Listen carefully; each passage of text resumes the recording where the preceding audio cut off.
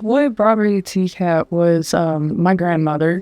She was a TCAT student herself, and she did welding for 30 plus years, doing underwater, like working on boat rigs and other stuff like that, oil rigs. She did it for so long. So before she died, she gave me a little pendant, had a little welder's helmet on it. Came up to my dad, I was like, "What's this?" He was like, "It's a welding helmet. It's a pretty good job. You can make a lot of money." I was like, "Okay, I might get into that." I hit 8th grade. I was able to go do that stuff, and I got really into it with me and my older brother. And we would just do it. We would weld together for hours. It's basically what got me into it. I did do dual enrollment. I graduated from high school early, so I didn't really get the chance to start college before like ending high school, I guess. But because of my hours in high school, it transferred over into my hours here, and I will be graduating a lot earlier than I intended to, which is really nice. It's a lot of hands-on stuff, which I love. I do not like doing book work, but my class is like 15% book work. We learn a lot of different stuff, and our instructor is he's awesome. He helps with everything. You can ask him anything. I feel like I'm in such a positive environment. I do not feel any type of jealousy or toxicity around me.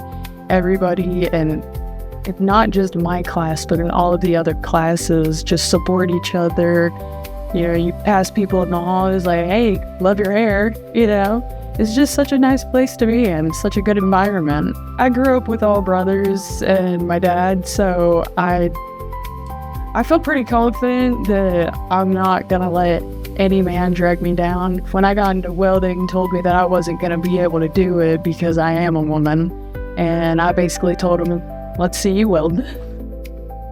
I would like to see you weld. I enjoy being a woman in a man's field because that means that women are just as capable of doing anything a man can, I feel like.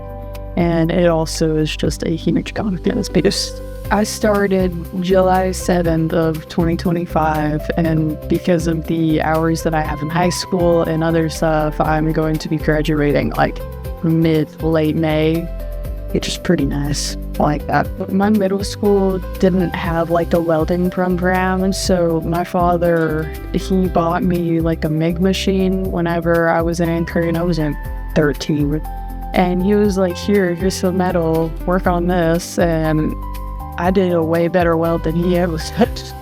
Like dimes the moment that I started.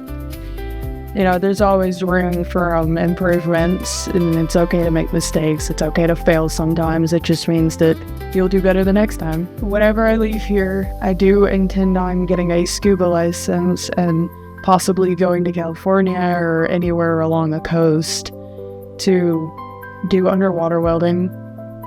Generally, I would just tell them, go for it. Be confident, be nice, be kind.